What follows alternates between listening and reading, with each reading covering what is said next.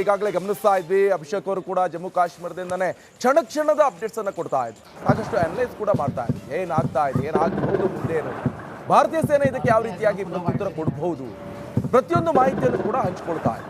ಬಹಳ ಪ್ರಮುಖವಾಗಿ ಸಾಂಬಾದಲ್ಲಿ ನಾನು ಈಗಾಗಲೇ ಹೇಳ್ತಾ ಇದ್ದೆ, ಸಾಂಬಾನೇ ಯಾಕೆ ಟಾರ್ಗೆಟ್ ಮಾಡಿ ಪಾಕಿಸ್ತಾನ ಅಂತ ಹೇಳಿದ್ರೆ, ಜಮ್ಮು ಕಾಶ್ಮೀರ ಪ್ರದೇಶದಲ್ಲಿ ಪರ್ವತ ಶ್ರೇಣಿ ಇರುವಂಥದ್ದು ಸಂದರ್ಭದಲ್ಲಿ ಎಲ್ಲ ಡುಬಾಕು ಚೈನಾದಿಂದೆಲ್ಲ ಸಪ್ಲೈ ಮಾಡ್ಕೊಂಡಿದ್ದಾವೆ ಪಾಕಿಸ್ತಾನದವರು.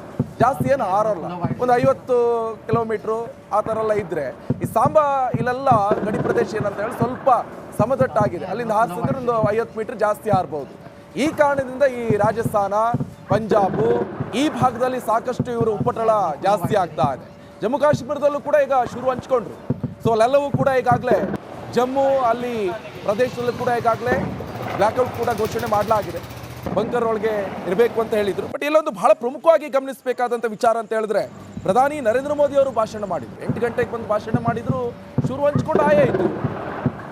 ಮೊನ್ನೆ ಡೊನಾಲ್ಡ್ ಟ್ರಂಪ್ ಬಂದು ಟ್ವೀಟ್ ಮಾಡಿದ್ರು, ಎರಡು ದೇಶದ ನಡುವೆ ಸಂಧಾನ ಆಯಿತು, ಕದನ ವಿರಾಮ ಆಯಿತು ಅಂತ. ಇನ್ನೊಂದು ಕಡೆಯಲ್ಲಿ ಮಿಲಿಟರಿ ಅವರು ಹೇಳ್ತಾ ಇದ್ರೆ ನಮ್ಮವರು ಸೊ ಆಪರೇಷನ್ ಸಿಂಧೂರ್ ಕಂಟಿನ್ಯೂ ಅಂತ ಹೇಳ್ತಿದ್ದಾರೆ. ಭಯೋತ್ಪಾದಕರನ್ನು ನಾವು ಮಟ್ಟ ಹಾಕದೆ ಬಿಡೋಲ್ಲ, ನಮ್ಮ ಏನಿದ್ರು ಯುದ್ಧ ಭಯೋತ್ಪಾದಕರ ವಿರುದ್ಧ. ಸೊ ನಮ್ಮದು ಪಾಕಿಸ್ತಾನದ ನಾಗರಿಕರ ಮೇಲೆ ಅಲ್ಲ ಅಂತ ನಮ್ಮ ದೇಶದ ನಾಗರಿಕರನ್ನ ಮನಸ್ಸಲ್ಲಿ ಇಟ್ಕೊಂಡು ಹೇಳ್ತಾರೆ. ಆದರೆ ಈ ಪಾಪಿ ಪಾಕಿಸ್ತಾನದವರು ಭಾರತದ ಮೇಲೆ ಅಟ್ಯಾಕ್ ಮಾಡ್ತಾ ಇದ್ದಾರೆ. ನಾಗರಿಕರು, ಸ್ಕೂಲು ಇಲ್ಲೆಲ್ಲ ದಾಳಿಯನ್ನು ನಡೆಸ್ತಾ ಇದ್ದಾರೆ. ಇವ್ರನ್ನ ಹಾಗೆ ಬಿಡ್ಬೇಕಾ? ಯಾವತ್ತೂ ಕೂಡ ಇಷ್ಟೊಂದು ಶಾಂತಿ ಒಳ್ಳೆಯದಲ್ಲ. ಅದ್ರ ಒಂದು ಬಹಳ ಪ್ರಮುಖವಾಗಿ ಗಮನಿಸಬೇಕಾಗತ್ತೆ. ಅಲ್ಲಿ ಅಜಿತ್ ದೋವಲ್ ಇರ್ಬೋದು, ಅಥವಾ ಪ್ರಧಾನಿ ನರೇಂದ್ರ ಮೋದಿ ಇರ್ಬೋದು, ಅಮಿತ್ ಶಾ, ರಾಜನಾಥ್ ಸಿಂಗ್ ಅಥವಾ CDS ಅವರು, ಇವರೆಲ್ಲ ಸ್ವಲ್ಪ ಹಿಂದಿದ್ರೆ ಮುಂದೆ ಹೋಗ್ಬೋದು. ಒಂದೇ ಸತಿ ಹೋಗಿ ಕೈ ಸುತ್ಕೊಳ್ಳೋದು ಬೇಡ ಅಂತ ಒಂದು ದೊಡ್ಡ ನಿರ್ಧಾರವನ್ನು ತೆಗೆದುಕೊಳ್ತಾರೆ ಅನ್ನೋಂಥ ವಿಶ್ವಾಸ ಇದೆ.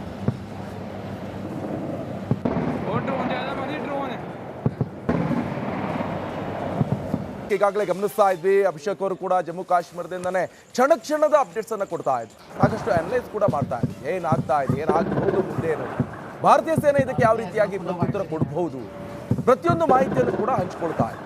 ಬಹಳ ಪ್ರಮುಖವಾಗಿ ಸಾಂಬಾದಲ್ಲಿ ನಾನು ಈಗಾಗಲೇ ಹೇಳ್ತಾ ಇದ್ದೆ, ಸಾಂಬಾನೇ ಯಾಕೆ ಟಾರ್ಗೆಟ್ ಮಾಡಿ ಪಾಕಿಸ್ತಾನ ಅಂತ ಹೇಳಿದ್ರೆ, ಜಮ್ಮು ಕಾಶ್ಮೀರ ಪ್ರದೇಶದಲ್ಲಿ ಪರ್ವತ ಶ್ರೇಣಿ ಇರುವಂಥದ್ದು ಸಂದರ್ಭದಲ್ಲಿ ಎಲ್ಲ ಡುಬಾಕು ಚೈನಾದಿಂದೆಲ್ಲ ಸಪ್ಲೈ ಮಾಡ್ಕೊಂಡಿದ್ದಾವೆ ಪಾಕಿಸ್ತಾನದವರು.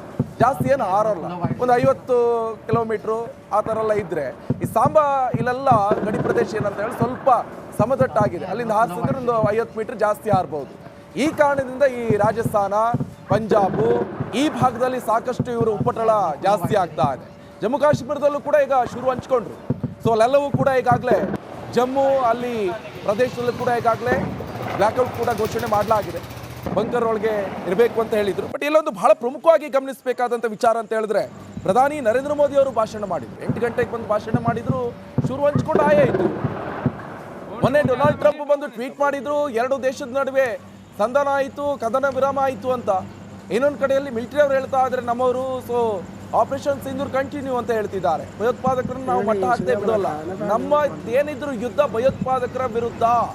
ಸೊ ನಮ್ಮದು ಪಾಕಿಸ್ತಾನದ ನಾಗರಿಕರ ಮೇಲೆ ಅಲ್ಲ ಅಂತ ನಮ್ಮ ದೇಶದ ನಾಗರಿಕರನ್ನ ಮನಸ್ಸಲ್ಲಿ ಇಟ್ಕೊಂಡು ಹೇಳ್ತಾರೆ. ಆದರೆ ಈ ಪಾಪಿ ಪಾಕಿಸ್ತಾನದವರು ಭಾರತದ ಮೇಲೆ ಅಟ್ಯಾಕ್ ಮಾಡ್ತಾ ಇದ್ದಾರೆ. ನಾಗರಿಕರು, ಸ್ಕೂಲು ಇಲ್ಲೆಲ್ಲ ದಾಳಿಯನ್ನು ನಡೆಸ್ತಾ ಇದ್ದಾರೆ. ಇವ್ರನ್ನ ಹಾಗೆ ಬಿಡ್ಬೇಕಾ? ಯಾವತ್ತೂ ಕೂಡ ಇಷ್ಟೊಂದು ಶಾಂತಿ ಒಳ್ಳೆಯದಲ್ಲ. ಅದ್ರ ಒಂದು ಬಹಳ ಪ್ರಮುಖವಾಗಿ ಗಮನಿಸಬೇಕಾಗತ್ತೆ. ಅಲ್ಲಿ ಅಜಿತ್ ದೋವಲ್ ಇರ್ಬೋದು, ಅಥವಾ ಪ್ರಧಾನಿ ನರೇಂದ್ರ ಮೋದಿ ಇರ್ಬೋದು, ಅಮಿತ್ ಶಾ, ರಾಜನಾಥ್ ಸಿಂಗ್ ಅಥವಾ CDS ಅವರು, ಇವರೆಲ್ಲ ಸ್ವಲ್ಪ ಹಿಂದಿದ್ರೆ ಮುಂದೆ ಹೋಗ್ಬೋದು. ಒಂದೇ ಸತಿ ಹೋಗಿ ಕೈ ಸುತ್ಕೊಳ್ಳೋದು ಬೇಡ ಅಂತ ಒಂದು ದೊಡ್ಡ ನಿರ್ಧಾರವನ್ನು ತೆಗೆದುಕೊಳ್ತಾರೆ ಅನ್ನೋಂಥ ವಿಶ್ವಾಸ ಇದೆ.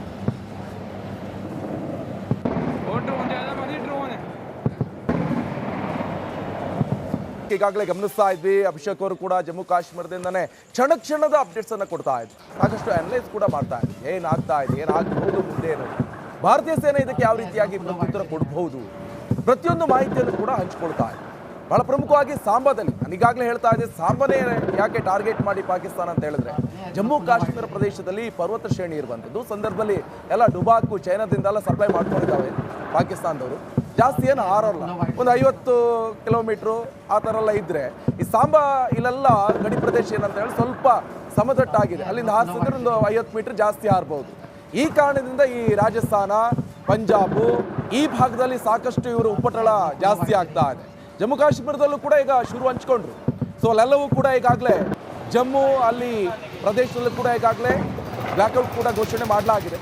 ಬಂಕರ್ ಒಳಗೆ ಇರಬೇಕು ಅಂತ ಹೇಳಿದ್ರು. ಬಟ್ ಇಲ್ಲೊಂದು ಬಹಳ ಪ್ರಮುಖವಾಗಿ ಗಮನಿಸಬೇಕಾದಂಥ ವಿಚಾರ ಅಂತ ಹೇಳಿದ್ರೆ, ಪ್ರಧಾನಿ ನರೇಂದ್ರ ಮೋದಿ ಅವರು ಭಾಷಣ ಮಾಡಿದ್ರು. 8 ಗಂಟೆಗೆ ಬಂದು ಭಾಷಣ ಮಾಡಿದ್ರು, ಶುರು ಹಂಚ್ಕೊಂಡು ಆಯಾಯಿತು. ಮೊನ್ನೆ ಡೊನಾಲ್ಡ್ ಟ್ರಂಪ್ ಬಂದು ಟ್ವೀಟ್ ಮಾಡಿದ್ರು, ಎರಡು ದೇಶದ ನಡುವೆ ಸಂಧಾನ ಆಯಿತು, ಕದನ ವಿರಾಮ ಆಯಿತು ಅಂತ.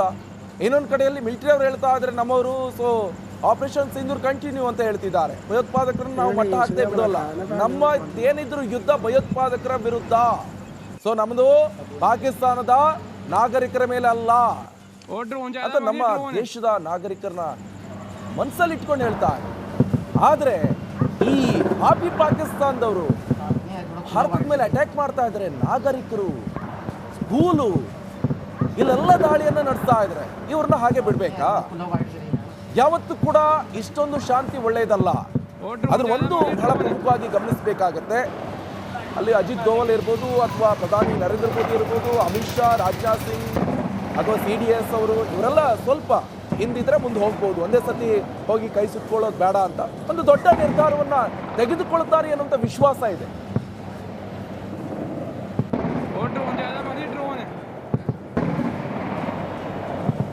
ಈಗಾಗಲೇ ಗಮನಿಸ್ತಾ ಇದ್ವಿ, ಅಭಿಷೇಕ್ ಅವರು ಕೂಡ ಜಮ್ಮು ಕಾಶ್ಮೀರದಿಂದನೇ ಕ್ಷಣದ ಅಪ್ಡೇಟ್ಸ್ ಅನ್ನ ಕೊಡ್ತಾ ಇದ್ರು. ಸಾಕಷ್ಟು ಅನಲೈಸ್ ಕೂಡ ಮಾಡ್ತಾ ಇದ್ರು, ಏನಾಗ್ತಾ ಇದೆ, ಏನಾಗಬಹುದು ಮುಂದೆ ಏನು, ಭಾರತೀಯ ಸೇನೆ ಇದಕ್ಕೆ ಯಾವ ರೀತಿಯಾಗಿ ಪ್ರತ್ಯುತ್ತರ ಕೊಡಬಹುದು, ಪ್ರತಿಯೊಂದು ಮಾಹಿತಿಯನ್ನು ಕೂಡ ಹಂಚಿಕೊಳ್ತಾ ಇದೆ. ಬಹಳ ಪ್ರಮುಖವಾಗಿ ಸಾಂಬಾದಲ್ಲಿ, ನಾನು ಈಗಾಗಲೇ ಹೇಳ್ತಾ ಇದ್ದೆ, ಸಾಂಬಾನೇ ಯಾಕೆ ಟಾರ್ಗೆಟ್ ಮಾಡಿ ಪಾಕಿಸ್ತಾನ ಅಂತ ಹೇಳಿದ್ರೆ, ಜಮ್ಮು ಕಾಶ್ಮೀರ ಪ್ರದೇಶದಲ್ಲಿ ಪರ್ವತ ಶ್ರೇಣಿ ಇರುವಂಥದ್ದು ಸಂದರ್ಭದಲ್ಲಿ ಎಲ್ಲ ಡುಬಾಕು ಚೈನಾದಿಂದೆಲ್ಲ ಸಪ್ಲೈ ಮಾಡ್ಕೊಂಡಿದ್ದಾವೆ ಪಾಕಿಸ್ತಾನದವರು. ಜಾಸ್ತಿ ಏನು ಹಾರಲ್ಲ, ಒಂದು 50 ಕಿಲೋಮೀಟ್ರು ಆ ಥರ ಎಲ್ಲ ಇದ್ರೆ, ಈ ಸಾಂಬಾ ಇಲ್ಲೆಲ್ಲ ಗಡಿ ಪ್ರದೇಶ ಏನಂತ ಹೇಳಿ ಸ್ವಲ್ಪ ಸಮತಟ್ಟಾಗಿದೆ. ಅಲ್ಲಿಂದ ಹಾರಿಸಿದ್ರೆ ಒಂದು 50 ಮೀಟರ್ ಜಾಸ್ತಿ ಹಾರಬಹುದು. ಈ ಕಾರಣದಿಂದ ಈ ರಾಜಸ್ಥಾನ, ಪಂಜಾಬ್ ಈ ಭಾಗದಲ್ಲಿ ಸಾಕಷ್ಟು ಇವರು ಉಪಟಳ ಜಾಸ್ತಿ ಆಗ್ತಾ ಇದೆ. ಜಮ್ಮು ಕಾಶ್ಮೀರದಲ್ಲೂ ಕೂಡ ಈಗ ಶುರು ಹಂಚ್ಕೊಂಡ್ರು. ಸೊ ಅಲ್ಲೆಲ್ಲವೂ ಕೂಡ ಈಗಾಗಲೇ ಜಮ್ಮು ಅಲ್ಲಿ ಪ್ರದೇಶದಲ್ಲೂ ಕೂಡ ಈಗಾಗಲೇ ಬ್ಲ್ಯಾಕ್ಔಟ್ ಕೂಡ ಘೋಷಣೆ ಮಾಡಲಾಗಿದೆ. ಬಂಕರ್ ಒಳಗೆ ಇರಬೇಕು ಅಂತ ಹೇಳಿದ್ರು. ಬಟ್ ಇಲ್ಲೊಂದು ಬಹಳ ಪ್ರಮುಖವಾಗಿ ಗಮನಿಸಬೇಕಾದಂಥ ವಿಚಾರ ಅಂತ ಹೇಳಿದ್ರೆ, ಪ್ರಧಾನಿ ನರೇಂದ್ರ ಮೋದಿ ಅವರು ಭಾಷಣ ಮಾಡಿದ್ರು. 8 ಗಂಟೆಗೆ ಬಂದು ಭಾಷಣ ಮಾಡಿದ್ರು, ಶುರು ಹಂಚ್ಕೊಂಡು ಆಯಾಯಿತು. ಮೊನ್ನೆ ಡೊನಾಲ್ಡ್ ಟ್ರಂಪ್ ಬಂದು ಟ್ವೀಟ್ ಮಾಡಿದ್ರು, ಎರಡು ದೇಶದ ನಡುವೆ ಸಂಧಾನ ಆಯಿತು, ಕದನ ವಿರಾಮ ಆಯಿತು ಅಂತ.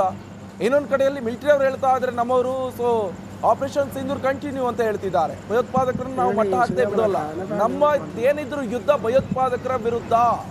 ಸೊ ನಮ್ಮದು ಪಾಕಿಸ್ತಾನದ ನಾಗರಿಕರ ಮೇಲೆ ಅಲ್ಲ ಅಂತ ನಮ್ಮ ದೇಶದ ನಾಗರಿಕರನ್ನ ಮನಸ್ಸಲ್ಲಿ ಇಟ್ಕೊಂಡು ಹೇಳ್ತಾರೆ. ಆದರೆ ಈ ಪಾಪಿ ಪಾಕಿಸ್ತಾನದವರು ಭಾರತದ ಮೇಲೆ ಅಟ್ಯಾಕ್ ಮಾಡ್ತಾ ಇದ್ದಾರೆ. ನಾಗರಿಕರು, ಸ್ಕೂಲು, ಇಲ್ಲೆಲ್ಲ ದಾಳಿಯನ್ನ ನಡೆಸ್ತಾ ಇದ್ದಾರೆ. ಇವ್ರನ್ನ ಹಾಗೆ ಬಿಡ್ಬೇಕಾ? ಯಾವತ್ತೂ ಕೂಡ ಇಷ್ಟೊಂದು ಶಾಂತಿ ಒಳ್ಳೆಯದಲ್ಲ. ಅದ್ರ ಒಂದು ಬಹಳ ಪ್ರಮುಖವಾಗಿ ಗಮನಿಸಬೇಕಾಗತ್ತೆ. ಅಲ್ಲಿ ಅಜಿತ್ ದೋವಲ್ ಇರ್ಬೋದು, ಅಥವಾ ಪ್ರಧಾನಿ ನರೇಂದ್ರ ಮೋದಿ ಇರ್ಬೋದು, ಅಮಿತ್ ಶಾ, ರಾಜನಾಥ್ ಸಿಂಗ್ ಅಥವಾ CDS ಅವರು, ಇವರೆಲ್ಲ ಸ್ವಲ್ಪ ಹಿಂದಿದ್ರೆ ಮುಂದೆ ಹೋಗ್ಬೋದು. ಒಂದೇ ಸತಿ ಹೋಗಿ ಕೈ ಸುತ್ಕೊಳ್ಳೋದು ಬೇಡ ಅಂತ ಒಂದು ದೊಡ್ಡ ನಿರ್ಧಾರವನ್ನ ತೆಗೆದುಕೊಳ್ತಾರೆ ಅನ್ನುವಂಥ ವಿಶ್ವಾಸ ಇದೆ.